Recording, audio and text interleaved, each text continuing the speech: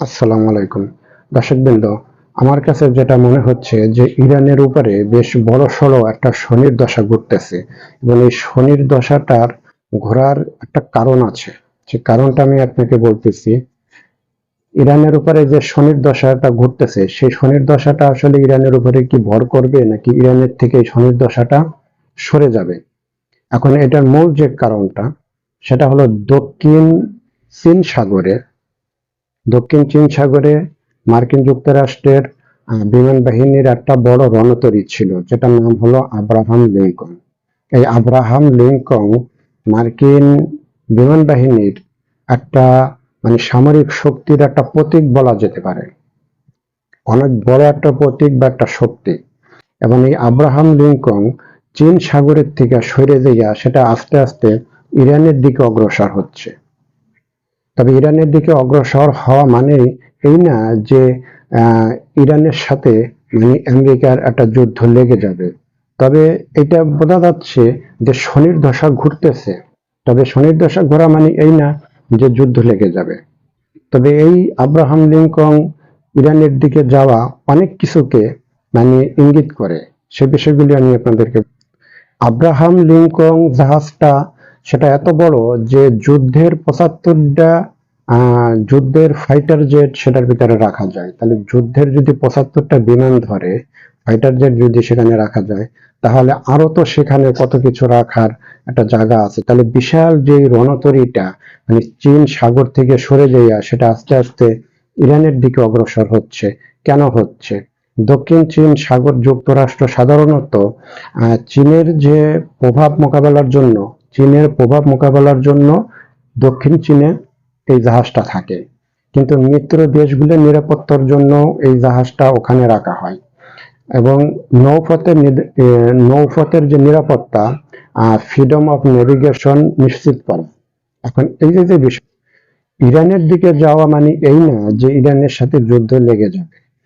এই Abraham Lincoln ইরানের দিকে যাওয়া মানে এই না যে যুদ্ধ লেগে যাবে।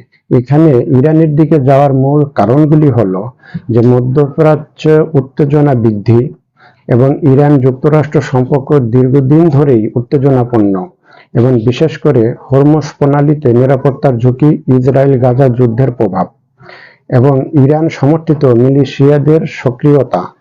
এবং এই প্রেক্ষাপটে যুক্তরাষ্ট্র শক্ত অবস্থান দেখাতে চায়। অর্থাৎ এই জাহাজটা যদি ওখানে যায় তাহলে যুক্তরাষ্ট্র শক্ত একটা অবস্থান তারা ওখানে দেখাতে চায় মধ্যপ্রাচ্যকে, এই মিডল ইস্টের যে। আব্রাহাম লিঙ্কন ওখানে যাওয়া মানে হলো ইরানকে কড়া বার্তা দেওয়া এবং যুক্তরাষ্ট্র যুদ্ধের জন্য প্রস্তুত, তবে তারা যুদ্ধ করবে না।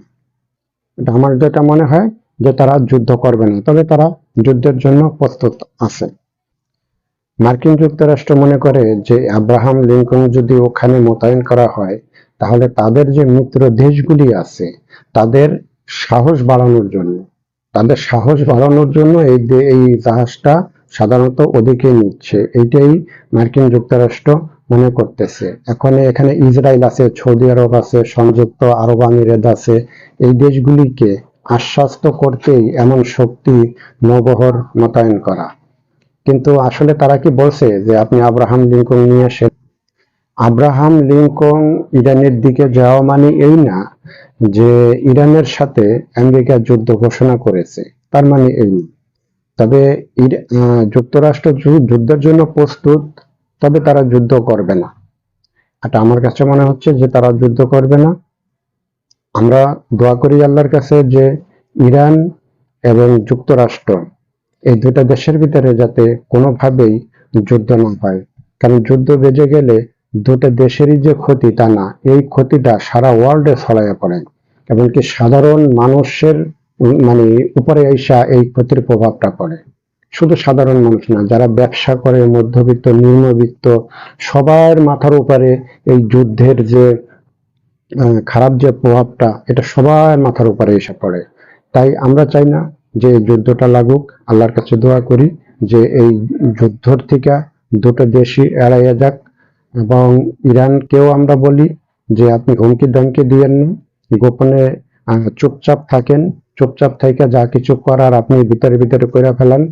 আর এই হুমকি দামকি দিয়েন না, এবং যতটা পারেন মার্কিন যুক্তরাষ্ট্রের সাথে মিলতাল দিয়া আপনি একটু চুপচাপ থাকেন। দর্শকবৃন্দ, যদি আমার এই নিউজটা ভালো লাগে তাহলে আপনারা লাইক এবং সাবস্ক্রাইব দিয়ে আমার এই চ্যানেলটাকে একটু হেল্প করবেন। ভালো থাকবেন, সুস্থ থাকবেন।